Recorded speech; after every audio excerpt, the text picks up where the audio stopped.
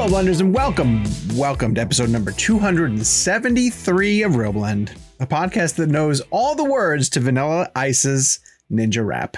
My name is Sean O'Connell. I'm the managing editor here at Cinema Blend and a huge Vanilla Ice fan. And on this week's show, we're debating whether or not Mission Impossible: Dead Reckoning was a failure. Now, don't get mad at us just yet. We will define what the term failure means. But overall, with the box office just sort of struggling, that seemed like the movie that was going to do better. And we will get into a heated discussion about how we feel that thing should be ranked. We're also going to review Teenage Mutant Ninja Turtles, Mutant Mayhem, and Secret Invasion director Ali Selim comes by the show in order to talk to us for an exclusive interview about the finale and the season in general. And then we'll talk a little bit about Marvel and how we feel about where Marvel is going. By we, I mean Jake Hamilton of Fox 32 in Chicago. Hello, Jakey. How are you doing, sir? I'm doing well, man, and very, very proud of you this week for reasons that we will speak about soon. Sure. We'll bring them up right after we introduce Gabe Kovac, who's sitting in for Kevin McCarthy, who probably right around now is sitting in a screening of Oppenheimer. He is on vacation and going to see Oppenheimer. Yeah. Do you think that he has his lobster with him while he's in his screening for Oppenheimer? He's got his lobster in a little seat, and every time he leans over, this is the part where the bomb blows up. That's Oppenheimer. Yeah, so Kevin is on vacation, and he went and got lobster. How do you say that? He went lobstering? Lobster like fishing. He ordered lobster? Yeah. No, he went and caught this lobster. Wait, he went and caught a lobster? Yes. Yeah, like he went out on a boat. I missed that. Jake will only read the text thread. He's been sending us. Here's the thing. Okay, here's the thing about the Real Blend text thread lately. Should we preface your name ahead of the thing? I will look at it, and it'll be 14 missed text messages, and a majority of them will be Kevin talking about the latest Oppenheimer screening he went to. That's fair. Right? I think he's up to 6 by now, so I'm kind of just waiting on. But interspersed, Oppenheimer Jake, to die down. Are these gorgeous photos of his vacation in Maine? Yeah, those are great. Those are great. Well, in those photos, he caught a lobster, and then he was bringing it back to his hotel to get it. We'll have to ask him on a scale of did he go down and catch a lobster versus he was on the boat where the lobster happened. Right, he was in the vicinity of the lobster that was caught. He watched the guy drop the box over the side. I hope it's a really harrowing story of like. So I just want to be on the boat with these like old school Lifetime like lobster catchers as he is explaining the different aspect ratios of Oppenheimer to them and talking about and like looking up their zip codes to see where the nearest 70mm IMAX screening is. We're going to find out that we thought that our boy Kevin finally took some time to himself and took a vacation, but he's actually there for a press activation for The Deadliest Catch. That's what he's been doing this whole week. And the result of his Deadliest Catch was one lobster. There we go. Yeah. The most we've talked about one of our hosts who isn't here. How about you swing the topic back around to me, for God's sakes? Because so people have been paying attention to tracking me on social media know that I'm working on a book, or I'm working on a third book about Bruce Willis and celebrating his cinematic legacy. And I'm happy to report to all you guys that the book is finished and turned in. So huge weight off of my shoulders. Big relief. One of the most joyous things about it is I can watch things for fun now. Like I can watch whatever I want to watch and not feel obligated to be like, I probably should be watching something for the book. And so people have been asking when it's coming out. I have no clue. This is the start of a long editorial process, and they'll come back with their revisions, and then we'll start to figure out things like photos and stuff like that. But the book is done, and so I will be much happier on this show moving forward.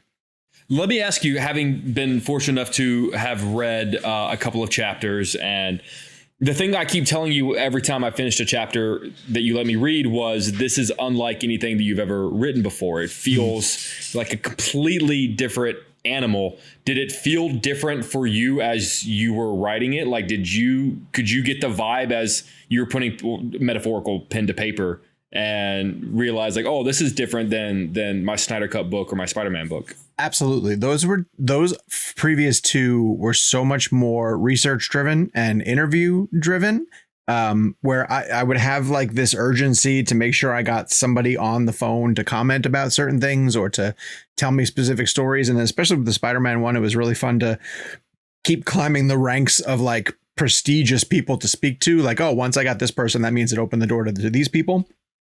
The Bruce Willis book isn't relying on interviews nearly as much, if at all. And so it was a lot more watch his incomplete body of work and then do analysis in terms of how these movies maybe fit into the trajectory of his career, how they fit into the industry as a whole. So it was a lot of work in terms of finding out, like, you know, in writing about The Sixth Sense, how important that summer was at the box office in terms of Phantom Menace coming back, and, you know, a film by a relatively unknown director in Shyamalan, and the influence that Bruce Willis had, you know, in bringing people to that kind of thing. But then doing that for each section of his career. And so it was a completely different animal.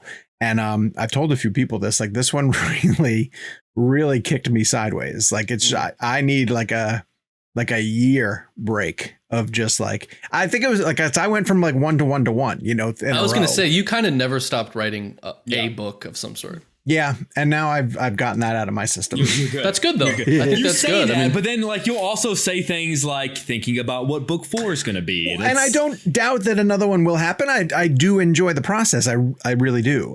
I need to not be doing that for a little while. So, well, I mean, I think a huge portion of it is, and you nailed it, because it's not as interview driven as your past books have been. Yeah, something has to fill that gap, and that's you. You're the person. But that's why, honestly, and I'm not blowing smoke, that's why this is my favorite of the 3 books that you've written, because it is a singular example of your voice and your skills and your talents as a writer and a film critic, and being able to put pop culture into a relevant context. And every single chapter I wrote, you know, I consider myself fairly decently familiar with Bruce's career, nowhere near where you are now.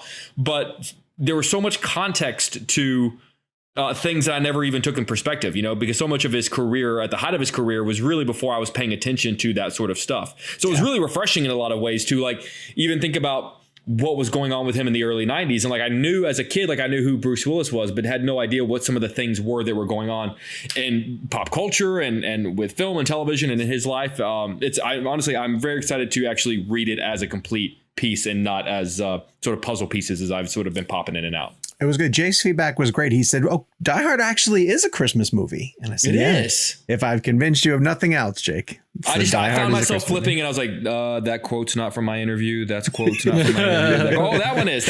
Okay, cool. Yeah, and I would circle it and go, this part's great. And he would call all his friends. Guess what? Guess what? I got call my lawyers and be like, we really need to get on this. Guess what? My quote's on the DVD of Spider-Man Across the Spider-Verse.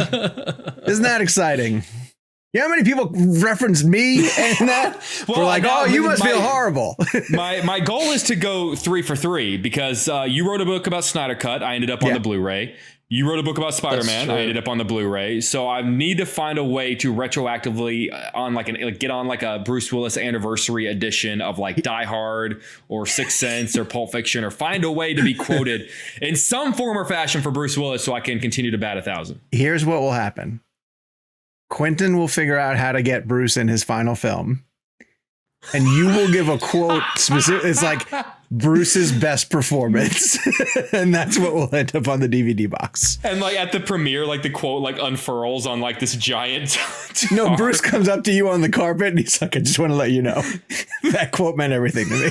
It's the nicest thing everyone has said about me. Like you're like next to me, like, but like just out of frame, but like just enough of your face to see a single tear roll down your cheek. All right, listen, we gotta start the show. If you're watching us on YouTube, we haven't even started the show yet. No, I gotta go through the housekeeping notes. Over on the YouTube channel, do me a favor, hit subscribe, turn on your notifications. Head down to the comments, weigh in on the show. We're going to have a question that we want to ask you guys a little bit later on following the debate, and we want to hear from you guys. But in general, that's a great place for you guys to interact with other people who enjoy Real Blend. We want to thank all the people who have been finding us lately due to the Christopher Nolan interview, the Greta Gerwig interview.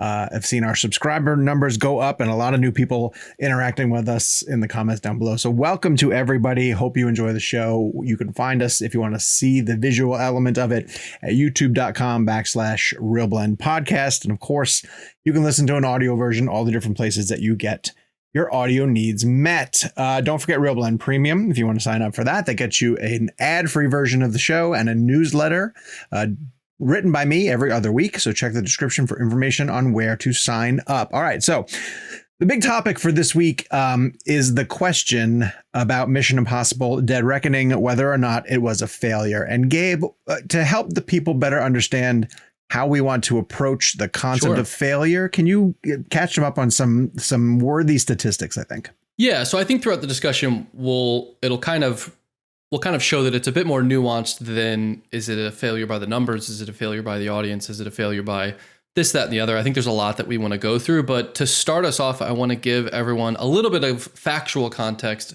about how the movie is doing from an audience standpoint and from a box office standpoint. And I think the discussion can kind of go from there. So we're recording this on Wednesday, August 2nd. So as of right now, according to Box Office Pro, domestically, it's made $140.5 million. Internationally, it's at 309 for a worldwide total of just under 450 million. A little bit more context to how that's doing as far as week to week. This will be its fourth weekend that this episode drops.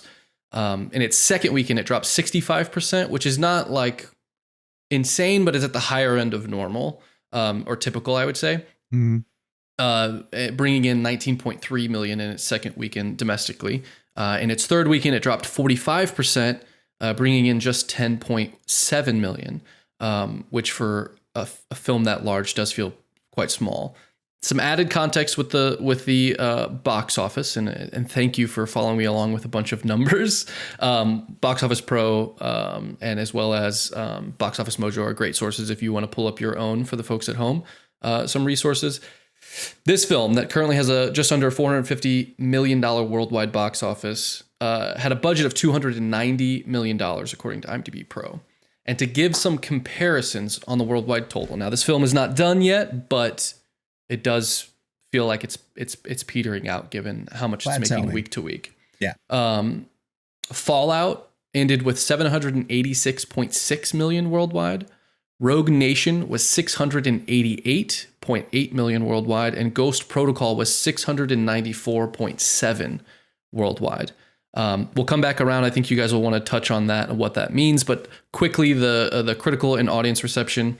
I'll give the caveat right here. If you are new to the show, we are firm believers that Rotten Tomatoes is not an end-all be-all number. It doesn't necessarily mean anything, but it is a way to at least gauge a sort of consensus, a sort of idea of where the temperature in the room is, even though, certainly the audience score can be manipulated as we've seen in the past, and even the critical score can sometimes feel a little different from how the conversation seems to be going. So that's why podcasts are great. We can give you that nuance. But on Rotten Tomatoes, it has a 96% from critics and a 94% from audience. Its cinema score is an A rating. So it's, I would say, being received very well as far as the audience is concerned. But I'll let you guys start from there. Sean, do you want to take us over? That's the context, and feel free to reference this as we're discussing. But that's sort of where we're at as far as the facts that we can present of Dead Reckoning Part 1 at this point. Yeah.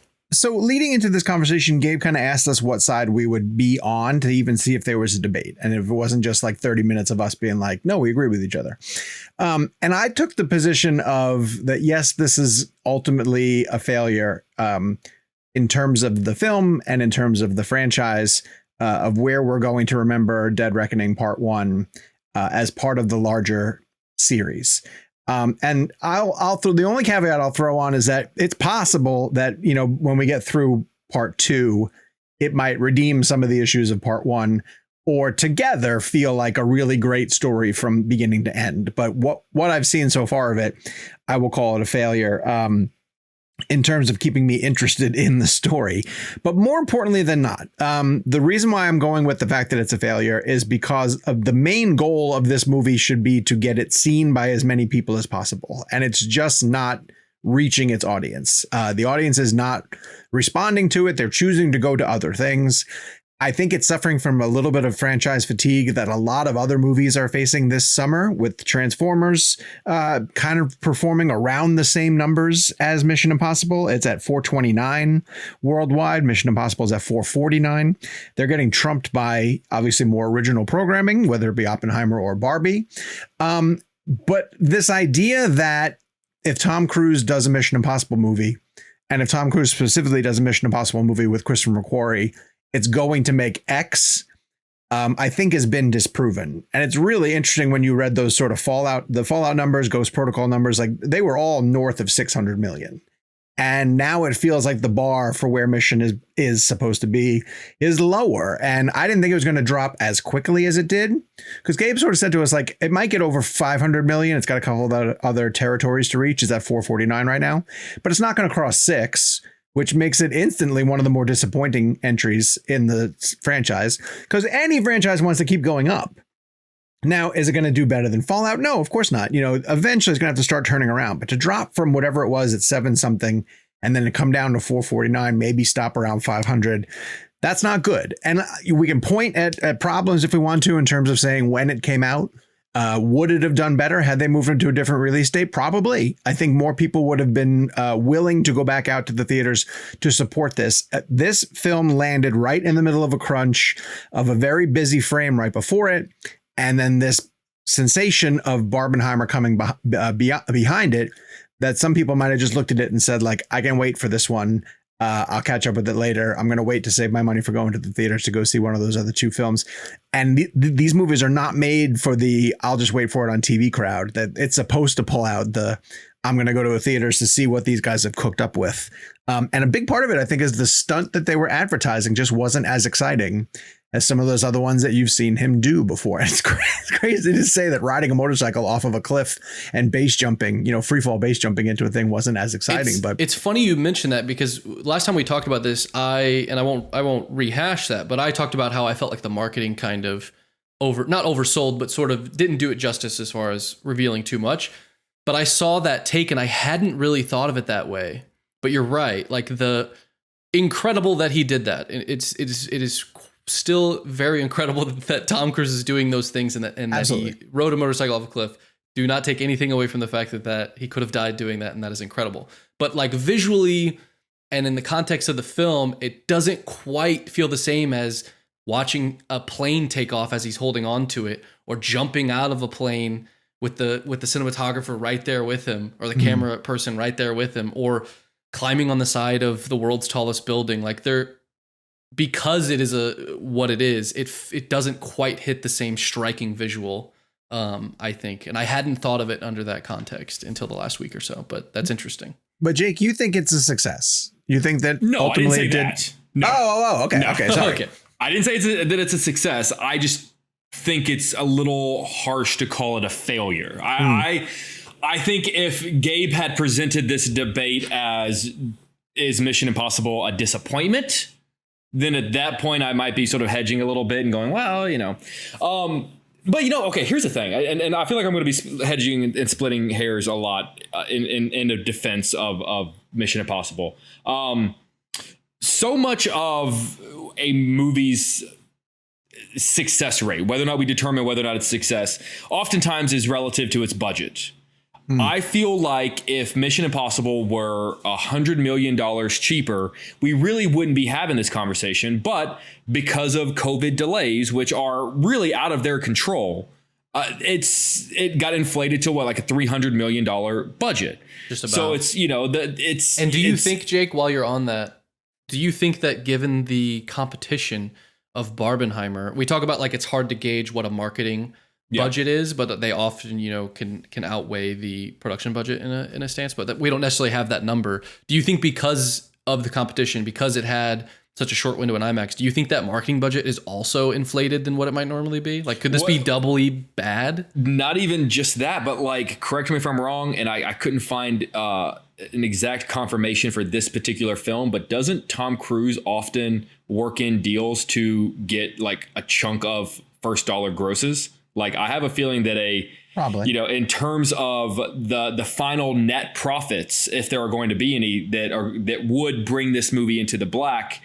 he's getting paid before Paramount's getting paid, which is another big chunk of sort of the profits that, you know, not that Tom Cruise should hand the money back to Paramount. That's not what I'm saying. Right. But I think that there are just so many determining factors. I do think it's a little unfair that we're judging the final worldwide tally against a budget that was massively inflated because of COVID. They had, it's not like an Indiana Jones situation where you just go, they just spent $300 million on that. That's kind of on them. The fact that they couldn't recoup its losses, they should have just scaled back a little bit. It doesn't really sound like McQuarrie and Cruise ever intended to make this a $300 million film. It just was what it was. And it also makes me wonder if, with them being shut down because of the writers and the actors strike, if they're running into another similar situation with part 2, if the inflation is going to be, or if the budget is going to be inflated because of situations out of their control. Why aren't people buying tickets though? Like, why isn't it making as much money as the other missions? That's what I want to get because to. The moment that, and we often talk about how the mission series was always one that had legs. It was always one that people went to in the weeks after the minimal drops. That was sort of what he was known for with this series. And that moment was taken away, not just by the phenomenon that is Barbenheimer, but quite frankly, because of Sound of Freedom. I think one of the things that they were considering was, well, yes, we've only got about 12 days of the premium screens, and yes, Oppenheimer and Barbie will make a splash, but we'll kind of sort of follow in the wake and pick up a lot of what's left over. I always sort of equate it to like, those fish that follow behind whales. Then, when the whales don't catch the fish sort of grab what the whales don't get. Sure. And I think all that money was taken up by Sound of Freedom. I think it wasn't that I think Paramount underestimated Barbenheimer. It's that they had no idea that Sound of Freedom was going to be the phenomenon that it was. And an older movie going audience, the audience that normally discovers these mission movies a couple of weeks later, instead, and again, we're talking about an audience that maybe only goes and sees 1 or 2 movies a year. Instead of their movie of the summer being Mission Impossible, their movie of the summer was Sound of Freedom. All right, but to a certain extent, then I want to point out that I think one of the reasons why Sound of Freedom, if it's one of those movies that did steal away that attention, is because there isn't a buzz around Mission Impossible: Dead Reckoning right now. There isn't a strong word of mouth. So that let's use this crowd as an example. The crowd that shows up to maybe go see Oppenheimer, but they don't have their tickets in advance and it's sold out, and they go, all right, well, what else am I going to go see? Well, they might have heard a headline of like this Sound of Freedom film, which is over producing, which is making a bigger splash than people anticipated. But they haven't heard anything about Mission Impossible: Dead Reckoning. They don't know if it's any good. They know it's another Mission Impossible, but it's not like there's this urgency from people being like, oh my God, it's so great, you got to go see it, sort of deal. So I do think that the fact that Dead Reckoning is just lacking in a buzz. It doesn't necessarily have that heat going for it that most of these movies have had up until this point. You came out of Fallout and just raved about it and wanted to tell everybody, like, you got to go see this on the big screen. It's terrific. Henry Cavill's a great addition and all this jazz. And it just doesn't feel like Dead Reckoning got that bit. Well, this summer, it almost feels like, because you have to keep in mind, like, it was, when Fallout came out, that was another life ago. That was another world ago. That was a completely different environment than what's coming out now.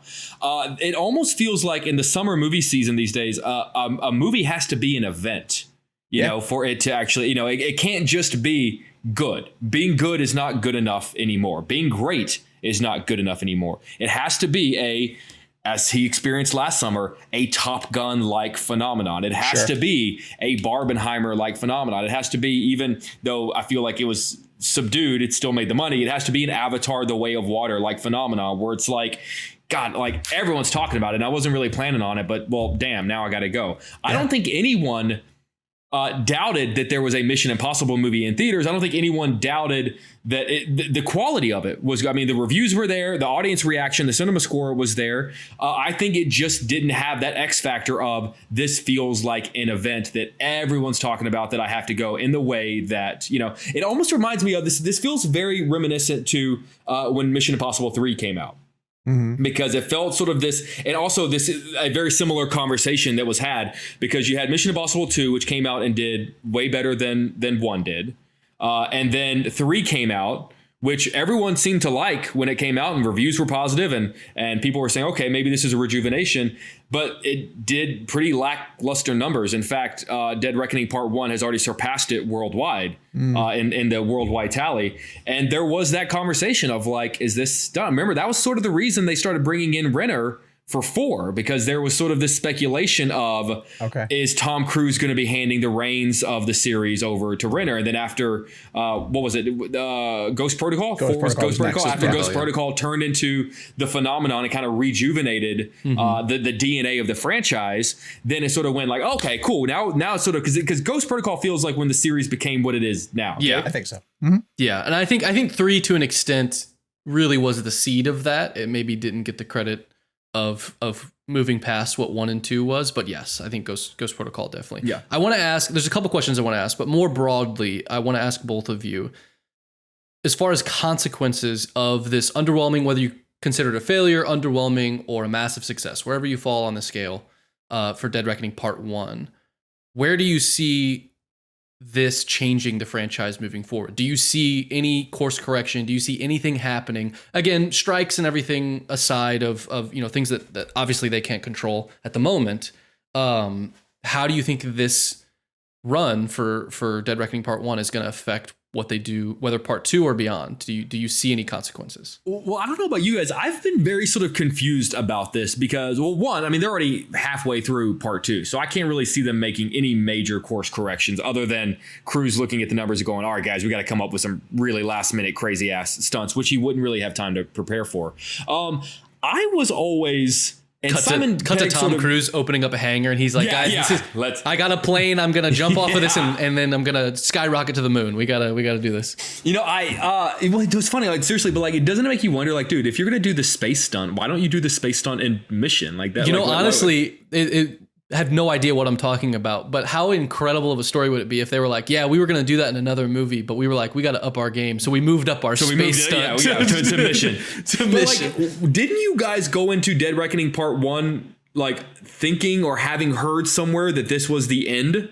Because my understanding was he was doing these last 2, and then that was the end of Mission. And then all of a sudden, all these stories came out and said, no, he wants to play this character into his 80s. Like, that's why... You're right. But then again, I had Simon Pegg on my morning show, and I brought that up. I said, dude, I thought this was the end. And he said, like, we never said that. Like, he goes, that was sort of a narrative that got started and people kind of started rolling with. But we never came out and said that this is the end. Yeah, I don't know that anyone was quoted on it. That is, I assume if Simon Pegg said that, then that's true. But I think what I remember it coming from was they had these 2, and then he had like 3 other projects that he was booked to do. And so I think that's where the assumption came about, like, well, when is he going to get to make another mission? Yeah. This must be the end. They got a 2-parter, Dead Reckoning. It's the, so I think maybe that's right. And it was more of an inference based on an educated guess of like, he's going to be tied up for the next 5 or 6 years in these other projects. Sean, did you get to speak to that consequences you think moving forward? I don't think that there are any in the immediate term. I think Paramount would be wise to wait and see how Part 2 performs. I don't think they could point to Macquarie, as being an issue necessarily. Maybe they just chalk this one up to just it didn't turn out the way we wanted it. Like no one could have predicted Barbenheimer. No one could have predicted that once in a lifetime kind of phenomenon. And again, if the studio's smart and not reactionary, they look at the fact that it has 96% with critics and 94 with audiences. Like, no one's saying it's a bad movie, and it's not like it's, even though I'm not crazy about it, I'd still be like, that's why this is a little bit flawed. Like, I have issues with the movie, but if I were to have to give it one of the tomatoes, I'm still saying like, no, it's still good. Go see it. One of the tomatoes. So I think that like these guys have earned the right to at least get one more shot at it.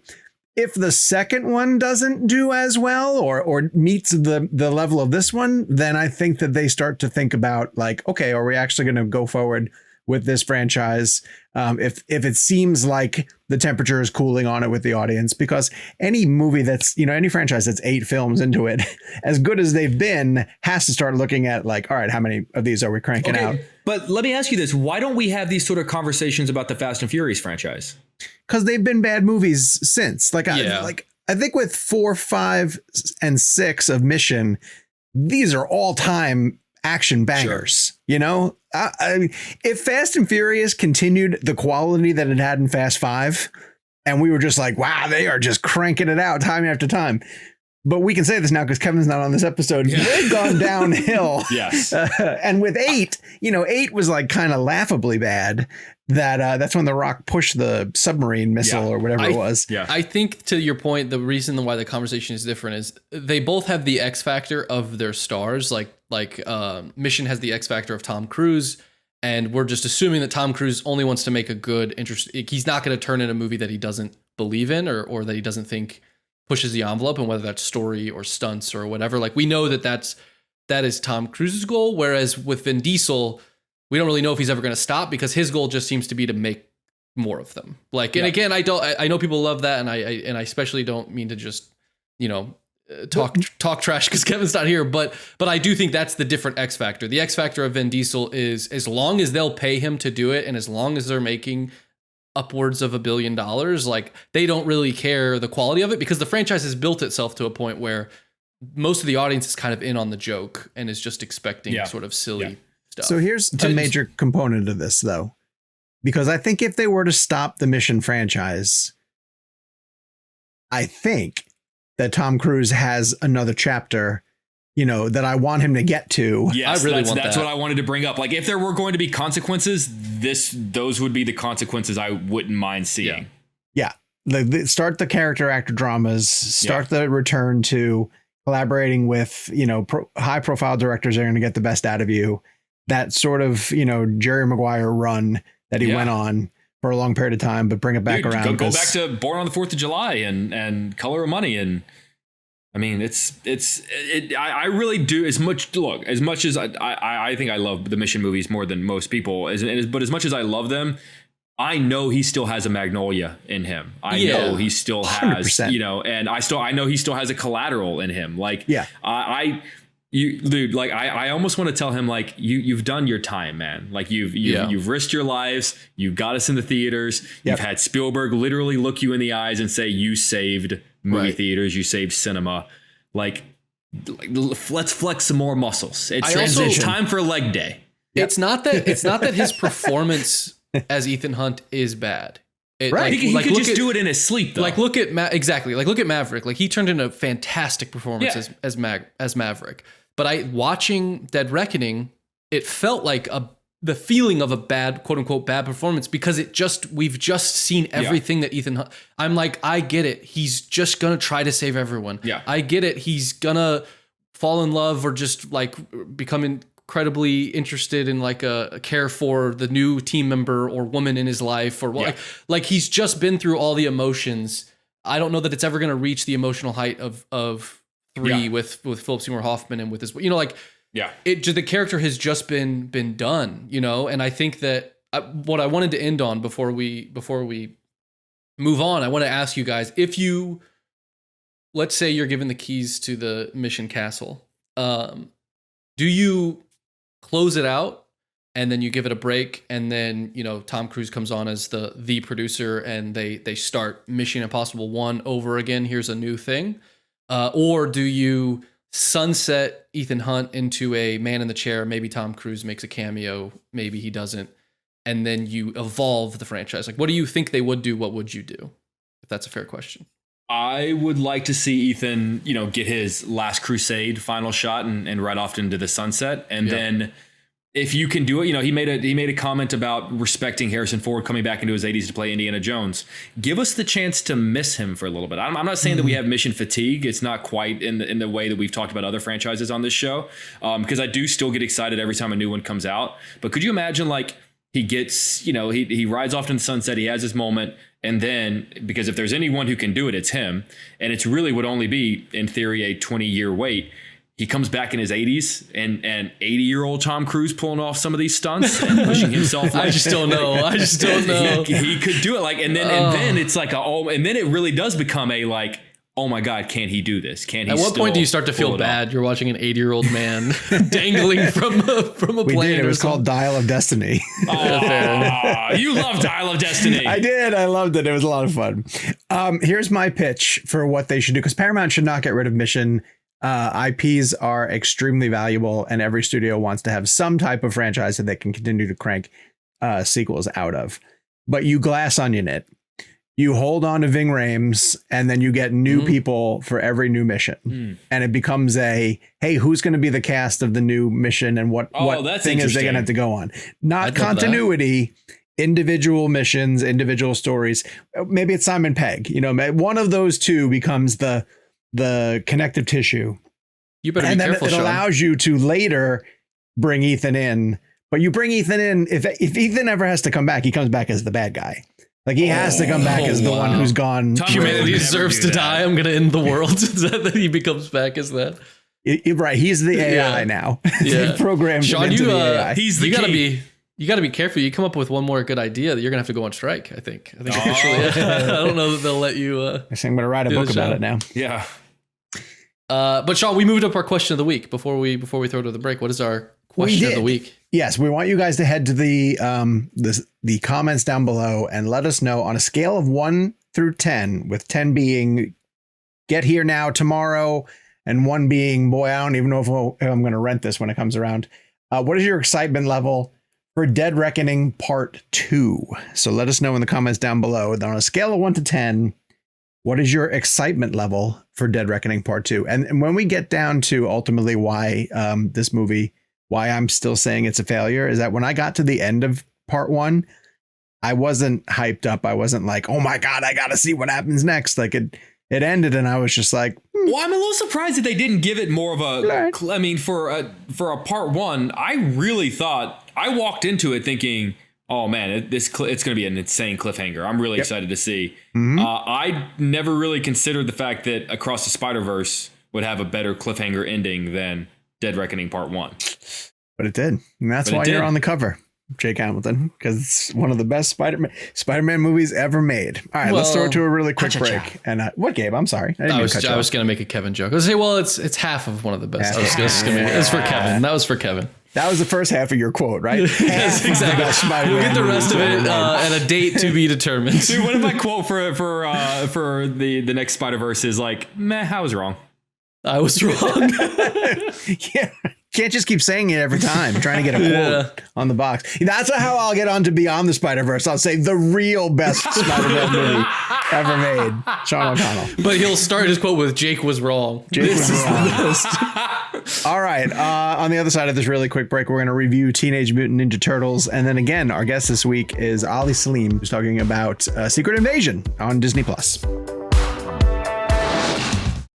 And we are back. Okay, so in theaters this week is the animated Teenage Mutant Ninja Turtles Mutant Mayhem. And if you've been paying any sort of attention, it is getting incredible reviews. And I would like to throw a little bit of cold water on that because I didn't love it. And I wish I did. And like people aren't saying like, hey, it's pretty good. Everyone's like, this is amazing. One of the best, and maybe it is the best Turtles movie ever, but I think the bar is a little bit low in terms of that. It's How not like dare we had you, sir? Terrific Turtles movie leading up to this. 4 words for you. Secret of the Ooze. Yeah, no, I never really got into those. Those were so cheesy. They look like cheesy. The turtles from those movies look like they belong in like a Chuck E. Cheese. What was the They look Ooze's like the secret? animatronics.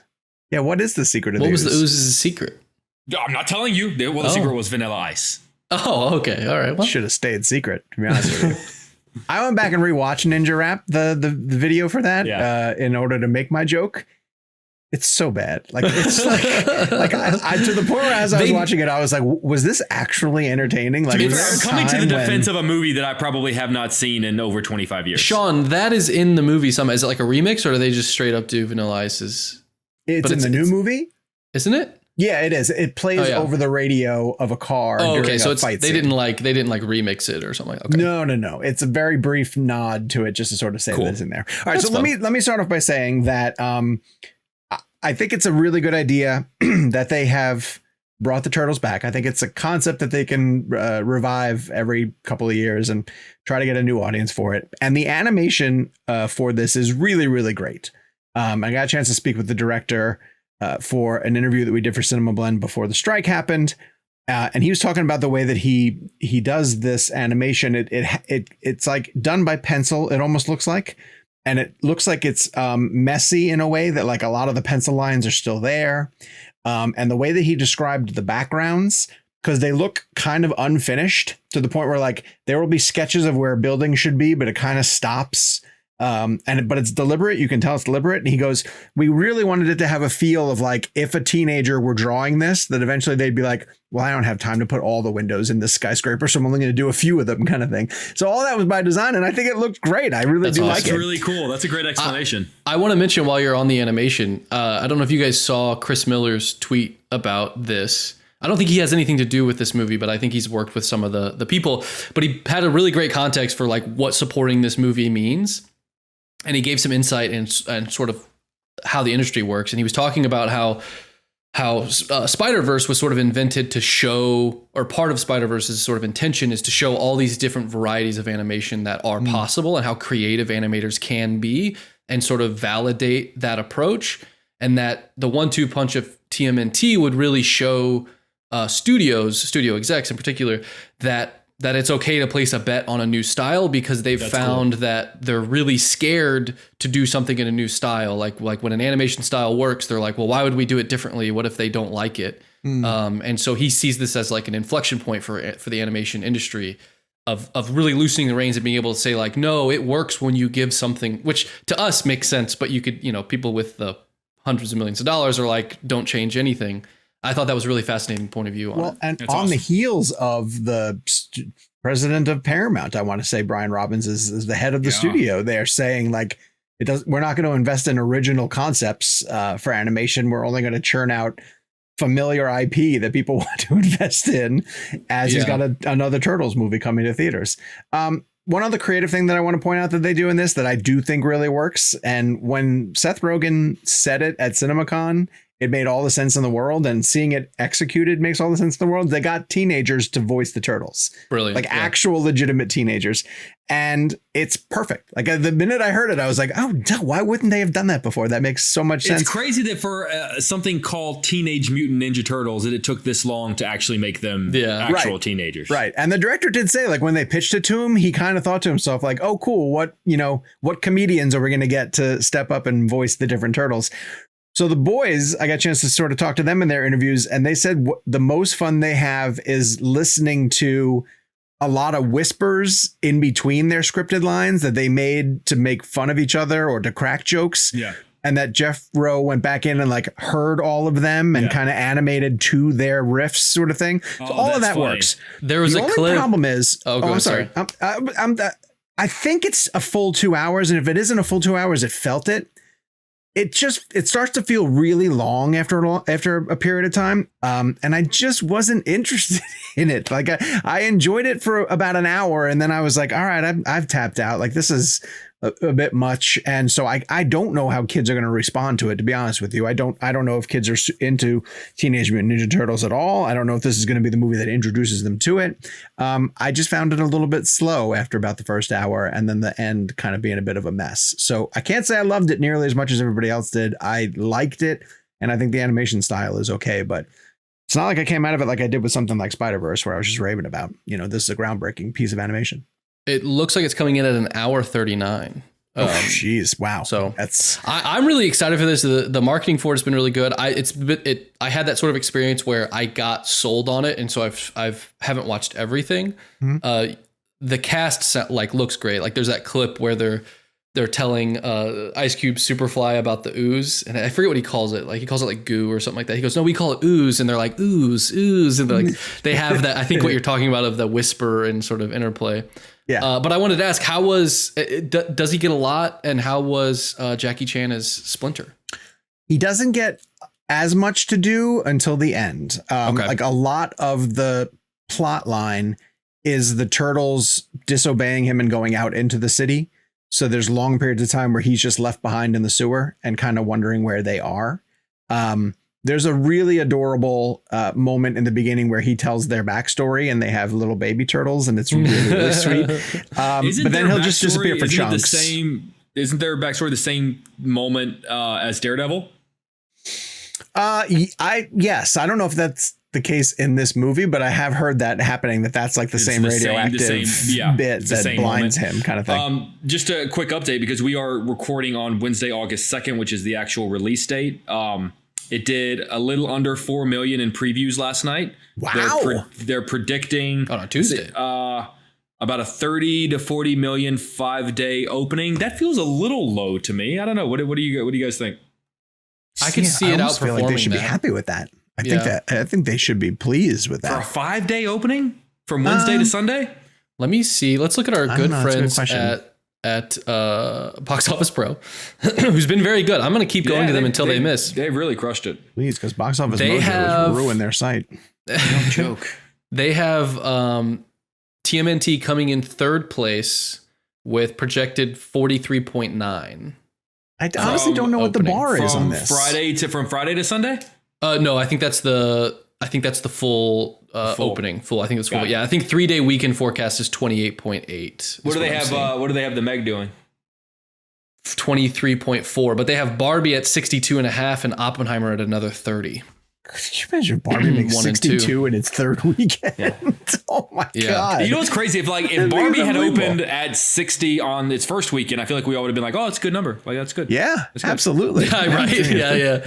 So with Turtles, I don't know if the recognition value is there. But it also feels like with animation, I feel like there's a whole generation, like my generation, Jake's generation. I feel like there's a really wide couple, 2 or 3 generations long, that whether it was the comics, the games. Turtles were it for me when I was a kid, man. But I think Turtles and Power Rangers. I think there's a lot of people that just have they just enjoy the characters to some extent, like nostalgically speaking. Yeah.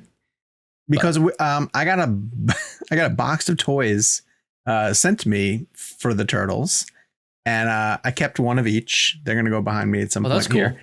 But then there's like Funko Pops and all these other things. So we have neighbors who live down the street from us, and they have 2 little boys, and they opened up the box, and the mom was like, "Oh yeah, look at these. They're turtles, but they know karate and they love pizza."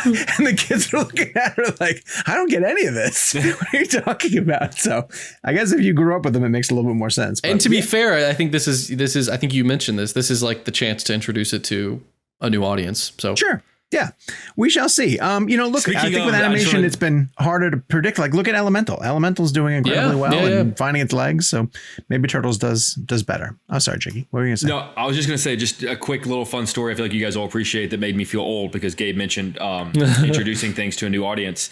My girlfriend and I took her daughter and her niece to go see Barbie over the weekend. And when the movie was over, I mentioned to her 12-year-old niece, I said, "Hey, you know that song that all the Kens sing? That was my first concert. Like that was the first group I ever saw live was Matchbox 20." And she said, "Oh, I didn't know that was a real song. I thought they just made it for the movie." And that's when I was like, "Oh, yeah, okay." Yeah. It's really fitting because Ed Sheeran too, didn't you? We did go see Ed Sheeran. Yeah. Nice. Yeah. So weird. I was just say that's fitting because Jake has the most Kinergy of anyone on the site or on the show. He really does. I am more than Kenough. Without question. I loved that. I loved that shirt. That was such a funny cutaway to him in the hoodie. So we have an interview that I want to throw it to, and this is going to bring us back around to Secret Invasion because you guys know me. I'm ride or die Marvel. I'll be there till the bitter end. A lot of dying. Me and Kevin Feige are going to be sitting there at the very end watching Loki season 7 or whatever it's going to be. Hey, I'll watch that. Yeah. But I wanted to get Ali Selim on the show to come on and talk about Secret Invasion, specifically the finale, and how it's going to affect the MCU moving forward, or if it's even going to affect the MCU going forward. And he has a couple of answers in terms of that. And then how much creativity he was able to bring to the show with regards to the decisions that they wanted to do that was best for their story, whether it was going to affect the MCU moving forward. So I appreciated his candor in talking about like how difficult it could be to sort of put a story like this together when it's going to have an impact on something like the Marvels that might be coming out later this year. And we got a chance to jump on the phone right after the finale. So without further ado, if you've listened to, or if you've watched Secret Invasion, I should let people know that we do talk pretty openly about stuff that happens in the finale. So feel free to dive into our interview with Secret Invasion director Ali Selim. And then on the other side of it, we're going to talk about our reactions to the finale and the series as a whole. Hey, Ali, how are you doing? I'm well. How are you? I'm wonderful. Congratulations on bringing the show to a close. Thank you. I wish I was interviewing you because you have that kind of room where I could ask questions all day long. Guitars and DVDs and posters. Fantastic. It's the best portrayal of the inside of my brain that I could give anybody. This might be the best portrayal of the inside of my brain. So that tells you where I am right now. All right, let's get right to the hard questions. Obviously, everybody wants to know the minute that they found out that Rose had been hiding away someplace, how long he's been in there. What are you able to tell me about how long he's been held captive? Well, it's no secret. And I don't hold the secret. I do think there's a really strong reference that he's been there since he was kidnapped from Captain America. Okay. And after saying that, I think it's a great opportunity for fans to revisit every Rhodey moment and unpack it in a new interpretation that he was actually a Skrull in that moment. But I don't think there's anything definitive. I think it's just something to explore. Same thing with Everett Ross, then I would imagine. We'd have to go back to some of his appearances in the Black Panther films and maybe think about when that might have happened. Yeah, exactly. And I think it's going to be good fodder for conversation that will have a better life without a definitive answer. Yeah, that's true. It's very true. It's going to make us rethink so many things that we watched up until this point. So obviously, all of us who have read the comics, got so excited by the concept of the Super Skrull and your interpretation of how it was going to be visualized. And in the finale, we get to see it finally fully realized, and not just in one person, but in a fantastic battle.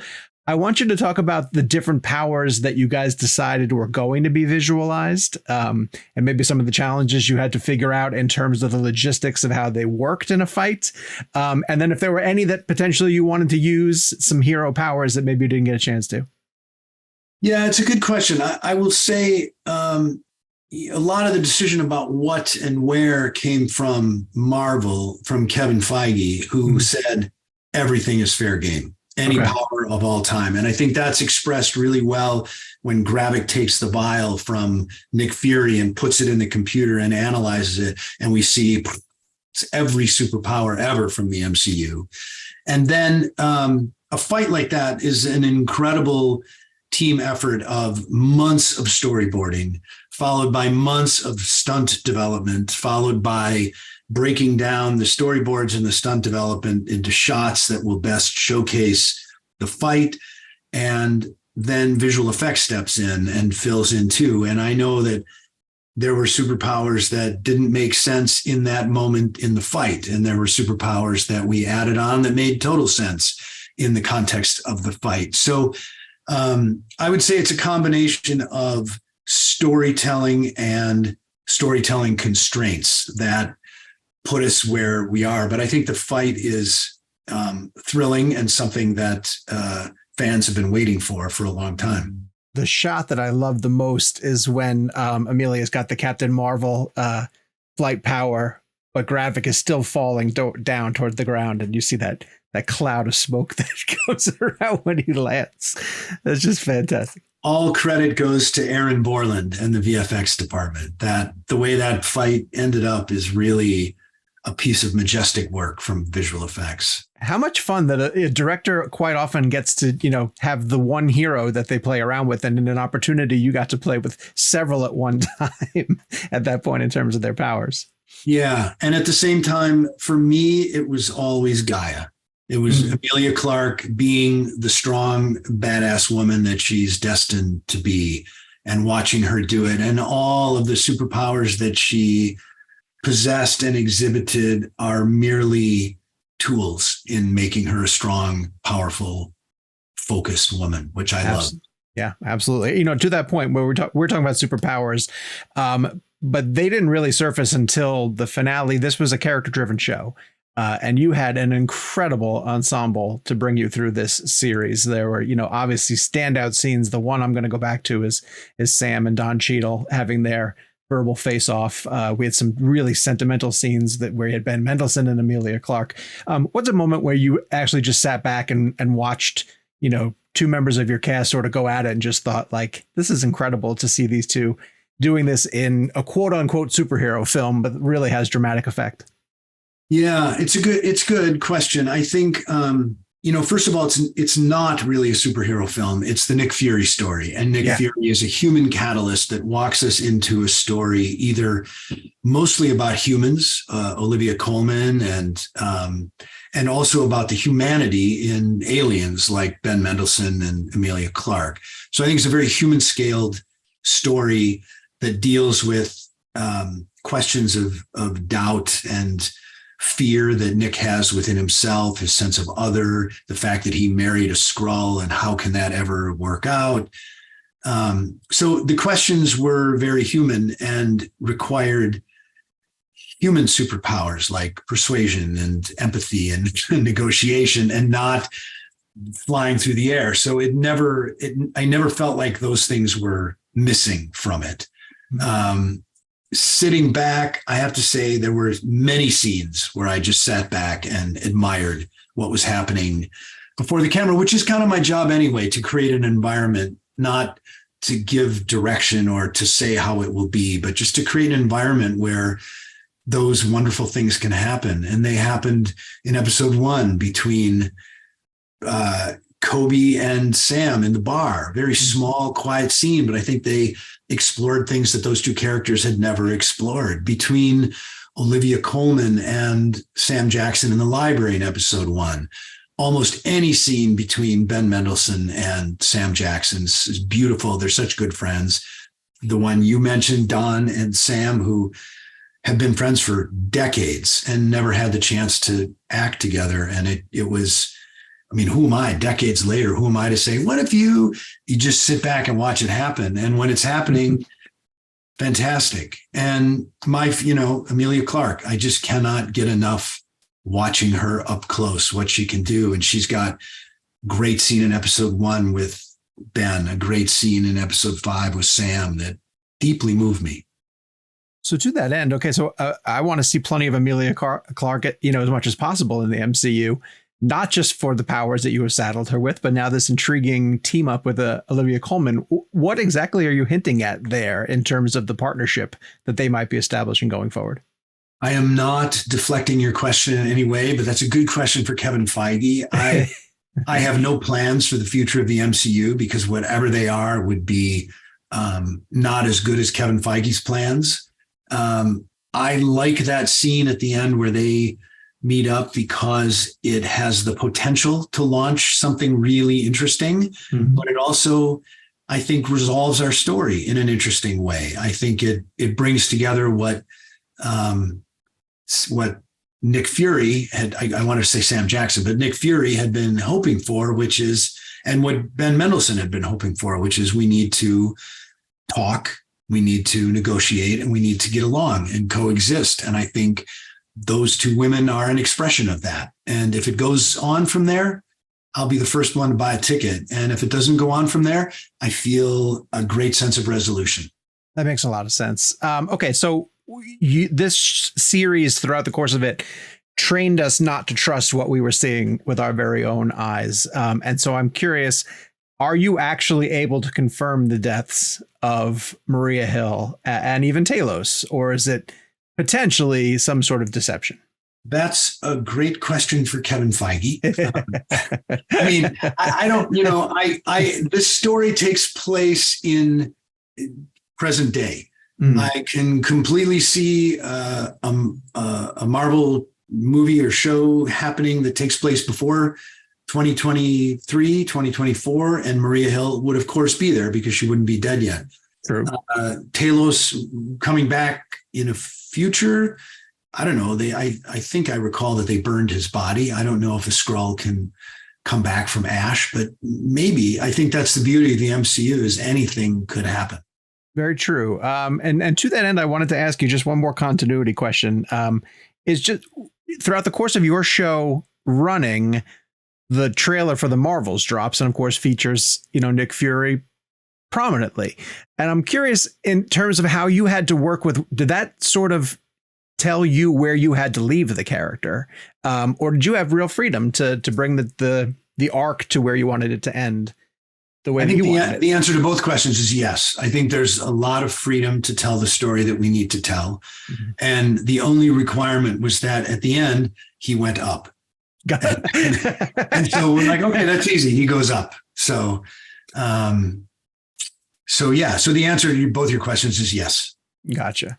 I want to talk about Kingsley, who was just a tremendous performer and gave such gravity to Gravik. I hate to sort of put it that way.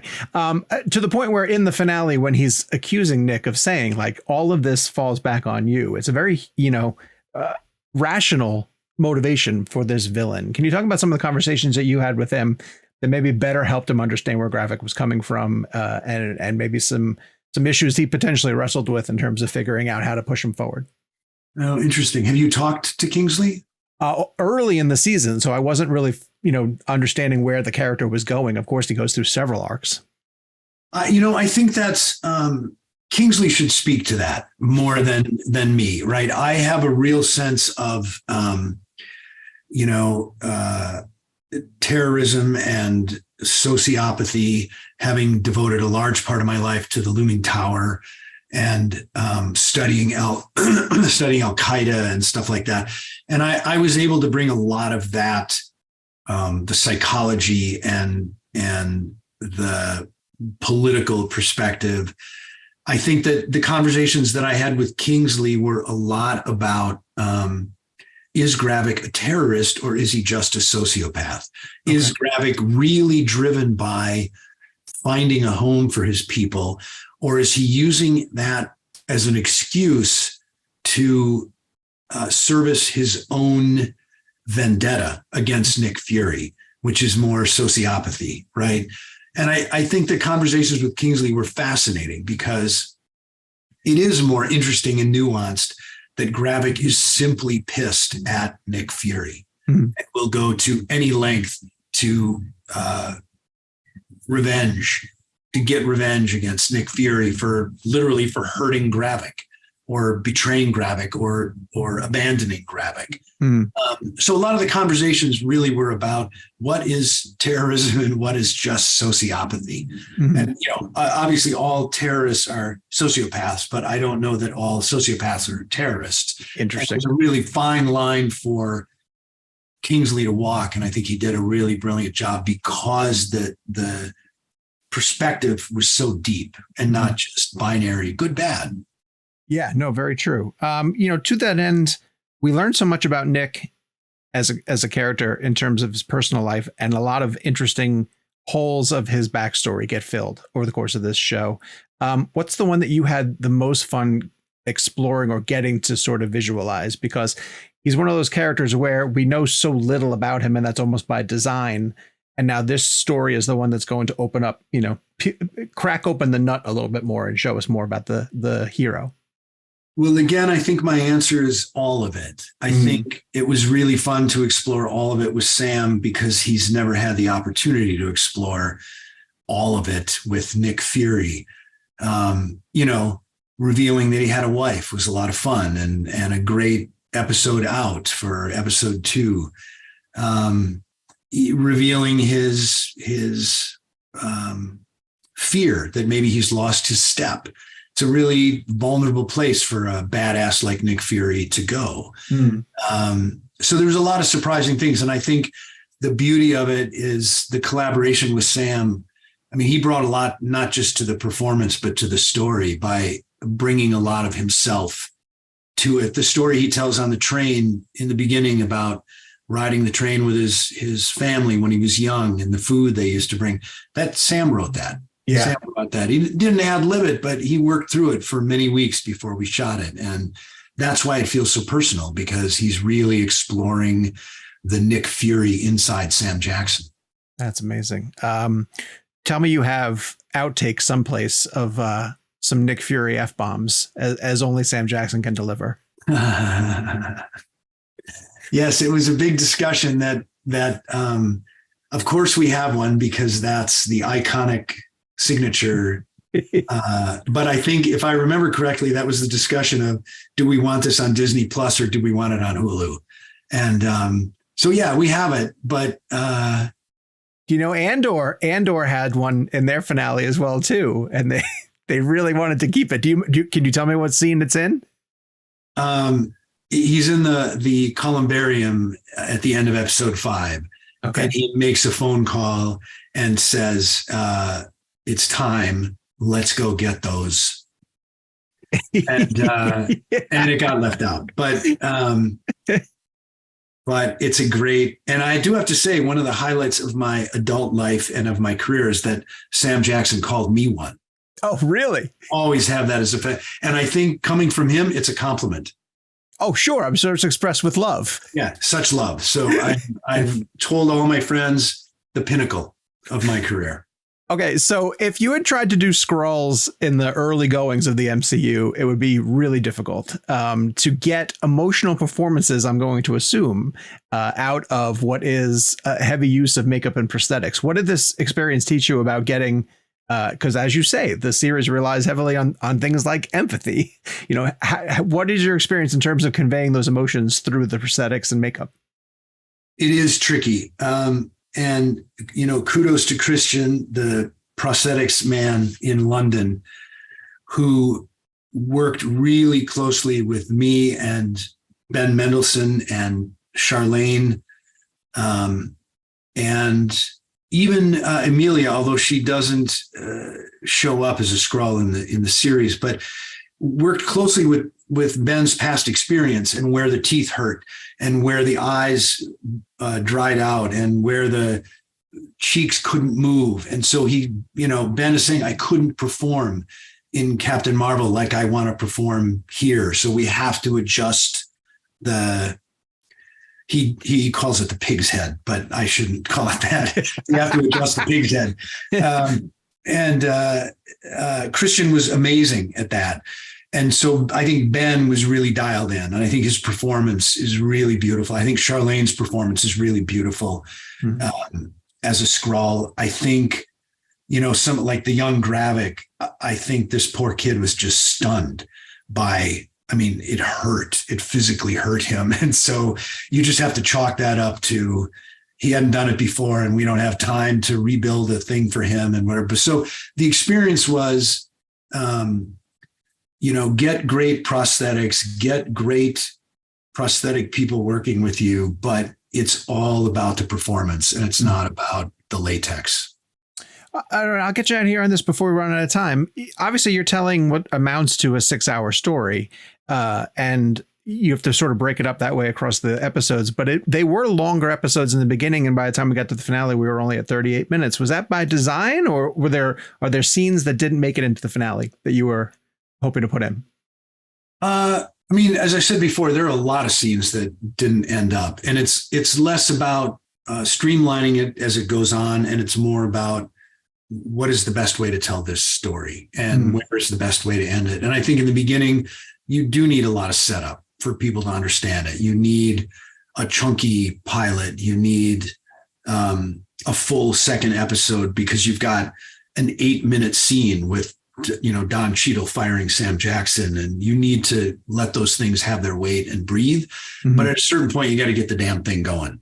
And just like, episode 4 is all about that ambush, and it's got to be tight and lean and all about the ambush. So, I guess in a way, everything is by design, but things also evolve. And that's how you find the best story. Well, I wouldn't argue for the binge method on a lot of these Marvel shows. But I'm really thrilled that all the episodes are now finished because, it was tough when you got to the end of an episode to have to wait another week to find out where you were going. So I'm thrilled that now I can sit down and watch it from start to finish. That's a good feeling. That's a good feeling. I'm glad. Yeah. Good. Well, thank you for your time, Ollie. I really appreciate it. Have a great day. Pleasure. Thank you. Thank you so much to Ollie for coming on the show. We really appreciate that.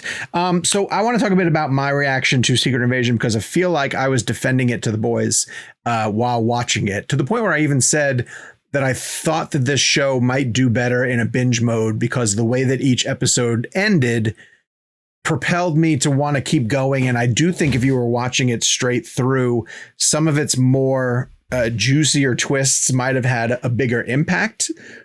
I might have felt them that way if it was just catapulting forward from story to story, because there are some huge reveals in this show in terms of both old MCU stories and places where it can go going forward.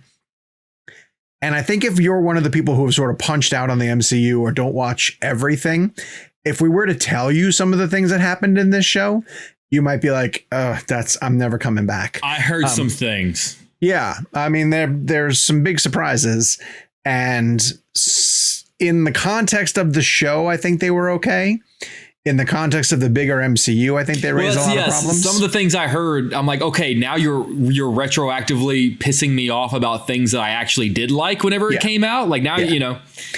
And so I kept saying, like, give it to the finale, give it to the finale. Let me see how it resolves. And the finale ended up being one of the more disappointing episodes of the season. It was their worst. I know that was a big news thing. It was their worst reviewed episode of any of their Disney shows, right? Yeah, I think it had like 13% on Rotten Tomatoes, which, as we've said earlier, is not really the barometer. But the part I didn't understand, and that's why he and I talked about this in the interview, is why you have an hour long, episode 1 and an hour long episode 2. And then you get to the finale where there are a lot of threads that need to be tied up, and you give yourself 37 minutes to do it. And I was like, why are we rushing through this? This should be the moment where, you give yourself a little more time to breathe, and these things don't have to feel as rushed. So I couldn't defend it anymore after the finale hit. Like, overall, this season was a disappointment, and it sort of ranks to me with a bunch of these other Disney Plus shows that don't feel like a lot of thought is being given to them. And I don't know where Kevin Feige is. I'm really curious to see why he's not like front and center talking about these movies. He tends to do a lot less press nowadays to explain what's going on in the MCU. I don't know where the quality control is on these shows. I don't think you can blame COVID for this anymore. But this production wasn't this production hit by COVID though, right? Wasn't this one of the last ones that was sort of in that mix? That's a good question. I'm not sure. Because I was going to ask about the episode links. This is pure conjecture at this point. But I know that we talk about the pattern of Disney releases, and they're often trying to make everything stretch week to week so that by the time you're done, the next thing is going week to week. Obviously, that's the model of the streaming. And Loki is October. Is it October? But Ahsoka is at the end of this month. Oh, okay. Do you think that this was maybe pitched as like, hey, Sam Jackson, we're going to do sort of a 4-hour movie. We're going to split it into. Is it 4 hours? Is what the show kind of ended up being? Probably like 6 episodes, and the last few were like 30 something minutes. 4.5 hour, sort of large movie, 2-part movie thing. Yeah. Where, maybe we're going to do like a 4-part miniseries, and they were like, well, we need 6 weeks of this. Like, again, that's conjecture about the conversation, but it does feel like the model is let's make sure that these match. And I don't know why episodes were as short as they were at the end of the season. That might be the case. My bigger issue with it is, don't call it Secret Invasion. Like, Secret Invasion is a very important storyline in the comics. Extremely popular book, right? Yeah. Or run. Yeah. Yes, absolutely. That they should have handled properly. And instead, you could have just made this a Nick Fury show, and this could have been the larger thread. It could have been Skrulls still. It didn't have to be Secret Invasion. The Secret Invasion storyline from the comics, one of the things that's really propelling it forward is that major heroes are Skrulls in disguise. So like, it would almost be like if you had gone through this show and then realized that Steve Rogers, from the moment that you met him, had been an alien Skrull posing as Captain America this entire time. Not, tertiary character over here who could be a Skrull, and it's going to make you rethink things. When Secret Invasion hit, it was like, oh no, these characters you've been paying attention to for a really long time have been aliens in disguise pretending to be them. So, but Marvel didn't seem to have the courage to completely embrace that and do it in full. Or, like, there were people who were saying, and they're not wrong, like, this could have been a 3-arc movie, trilogy, that if they wanted to handle it properly. Am I wrong? Am I just based on the title? Does this lead into whatever Secret Wars is supposed to be? Like, is that a part of a larger arc? That's just a different. Disconnected. Yeah, disconnected. Because that's more the multiverse or something, right? But what it did kind of was pull some stuff from Captain Marvel, and then also I think does some stuff to set up where the Marvels are going. A project I'm very excited about. I like that recent trailer. Well, because it sets up the Skrulls and the Kree, and I think the Kree are an important part of the Marvels going forward. Yeah. So To answer your question about Secret Wars, I'm not quite sure if it's going to involve the multiverse. I think it will in the movies. It doesn't in the Thank comics. God, because I feel like we really haven't had any. We haven't had a film Sean, really explore the multiverse. Before we Yeah, close out the show, do you want to? Should you and I've seen the show as well. Okay. Do you want to add it to our tier list? Yeah, I'm gonna. I love these opportunities to pull up the Marvel tier list and take a look at what we've done over the years. Here we are. All right. It seriously, I get newly angry about it every time it gets brought back up. Hives. You start bringing out hives. All right. So if this is, I'll do a quick introduction with the tier list because we do have a lot of new listeners. Hopefully they're sticking around this late in the show. The way that we do our tier lists is each of us who have seen it, we try to get everyone involved. These Marvel shows are a bit hard to get four of us to stick through, especially when they're not that good. So because Sean and I have seen it, we will add it. If the guys end up watching it and they feel differently, we're open to coming back. But the way that this works is we've gotten together. We each individually decide where we would put it on our own tier list ranking of the MCU movies. Then we average that out to sort of come up with Real Blend as a podcast's tier list. I think we have like I forget how many main episodes of the MCU tier list where we went through chunks of the phases. I forget if it's 2 or 4. And then with each major release since, we typically come in and add.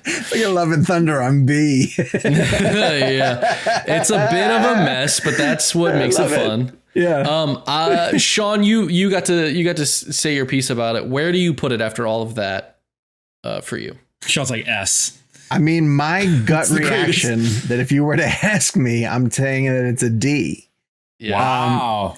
And I look at some of those ones, and I know that we're not supposed to do this. This is not how the game is played. Yeah, we're not in the business of putting it on this list. It's our own list. This list doesn't exist, and then it shows up magically. Here's what hurts me the most. I think it has a tremendous cast, and it didn't utilize them properly. The cast didn't get. It's so disappointing that I love Sam Jackson. He doesn't have anything to prove. And I don't know if it was the script or the conditions or whatever.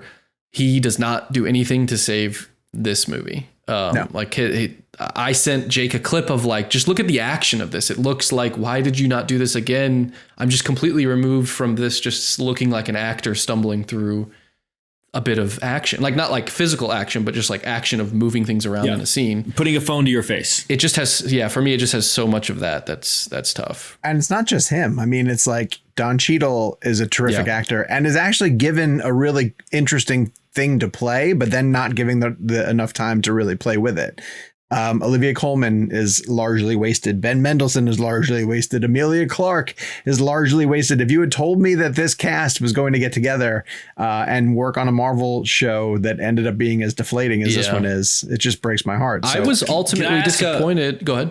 I was wondering if I could ask a spoiler question, but I didn't know if that was spoiler warning. Skip ahead. What do you need? A minute? 2 minutes? Yeah. 2 minutes. Skip ahead 2 minutes if you don't want spoilers. Yes. So I had the Don Cheadle thing. Mm-hmm. I don't want to say spoiled for me, but because I'm not watching the show, but I found out about the Don Cheadle thing.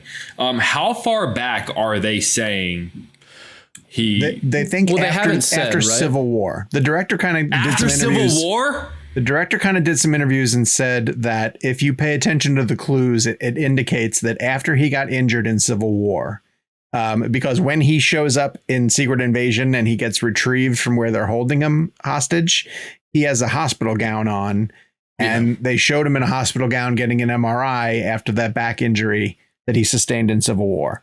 But so what angers so many people is that would mean that he was not present at Tony's death. Yeah, so he didn't get to say goodbye to Tony. Yeah, and that the War Machine's a big part of Infinity War. He's a big part of Endgame, and he does mourn Tony, but it's not him. What a weird that's an emotional moment that we saw that now is that's that's one of my issues is that if the filmmakers who made Infinity War or the Russo brothers, if they and Don, I'm assuming Don Cheadle didn't know about this, so he didn't play the character that way, so if they had said like, if Don Cheadle came out and said, hey, I was told after Civil War that this was what was going on, so I've actually secretly been playing the character as if, I would actually be really impressed. I'd be like, okay, that's awesome. That doesn't seem like it's the case. To Sean's point about like how it was in the comics and how large it was, this just very much feels like this is something they did in the comics. We need to do it here. We need to reveal that someone, but they couldn't do Steve but we don't have the guts to do one of the. Like, imagine if they were like, actually, Tony's not dead. And it's like that was a scroll that they buried. Or if they should have just gone like back really far and be like, hey, but know how like between Iron Man 1 and 2, it's a completely different actor. It would have been hysterical if when they retrieved that's him, when it happened. It was Terrence Howard. Terrence Howard comes out of the bunker. That would have been so good. Oh, it would have been so good. And he's looking around going, did none of you notice that he looks completely different than me? All right, we've gone over our 2 minutes. We're so sorry if this spoiled you, but you probably don't care. So I said, do you agree with me? I will quickly say I was just completely disappointed by this series. I feel like its opening scene was maybe its best scene, and it's not even a perfect scene. But to me, the trailer and the concept and sort of what everyone was excited about had me sold for like, ooh, they're gonna take their time to do like a really interesting spy thriller. But they didn't shoot a spy thriller. Like I was just really distracted with the way it was shot. Things were like brightly lit. Things were happening in the daytime. Like it was a great opportunity for Nick Fury to be working in the shadows. Like there's a point in the series where he sort of gets disavowed from the US government in a way. And like, that's a great opportunity for these, like, to shoot this really gorgeous sort of spy thriller in the vein of the MCU. And it just looks like a bad TV show often. And I know that's kind of nitpicky, and I know maybe I'm more sensitive to, the way it's shot, but I think that goes a long way to people's enjoyment, that if it looked intriguing, if it looked like, The Last of Us is not shot in a brightly, colored way, it's trying to reflect its story in the way that it looks. This doesn't, I don't think, do justice to what it could have been in any way, and was really disappointed. My immediate reaction was D, and looking at the list, I was like, it should be an F, because I just don't really have any redeeming qualities of it. But a D is kind of where I was leaning, and I think because there's only two of us, it would raise it to a D. Anyway, okay. Because we typically range for the more positive. Just all right. For whatever. I can't believe Secret Invasion is getting a D. I can't believe Marvel did Secret Invasion, and it's not even good enough to be above a D. I thought this was going to be another Loki level show. I really was. What the hell is going on over there, man? I don't understand what is going on. I gotta say, your Kevin Feige point, I never thought about is, bro, you're right. He used to like make the rounds. He knows. I think he knows what each of these are. So where is he? What is he doing? What's killing me is hopefully planning the next thing. Like hopefully making whenever they splash and return, making that worth it. That's the hope, I guess. But like, what else is pulling his focus away? Mutants. That's the part I don't get. X-Men, mutants. I think. I think that they have to be. That has to be the thing that they know is going to bring an audience back to say like, holy shit, Wolverine, holy shit. And I know they have the Deadpool thing, but like, I think that the Fantastic Four mutants of it all is the Fox of it all, I guess, is such a big inflection point for them to refresh on versus the multiverse, which has obviously fallen flat. That I would only imagine that that's like a huge focus right now, is how are we going to make that work and be as best as possible, because I think that's going to sustain them for a while. Because it feels like Deadpool's going to poke fun at that for its run. It should, yeah, and that'll probably be its flashpoint moment. It'll be Deadpool, and then the MCU will return. Maybe, who knows? Wow, fascinating. Yeah. All right, so let's round this episode to a close. Yeah, it's time to wrap it up, folks. Hope you enjoyed this week's show. We'll be back next week with a brand new episode. Kevin will be back in the chair. We'll have a couple more interviews to line up, and hopefully something more exciting to talk about than Secret Invasion, which broke my heart. Listeners can follow us on social media. Of course, we're very active over that way. At Jake's Takes, at Kevin McCarthy TV, at Sean_O'Connell, at Gabe Kovac, and the show itself is at Real Blend. I don't know what we do at the end of these episodes now. We used to shout Oppenheimer, and we used to have stuff to build toward. We're trying to get Scorsese. We're trying to get pay your actors. Pay your actors. Pay your writers. Pay your writers. There you go. Pay your artists. Pay your artists. Yeah, pay your artists. Until next week, pay your artists. Pay your artists. Pay your artists.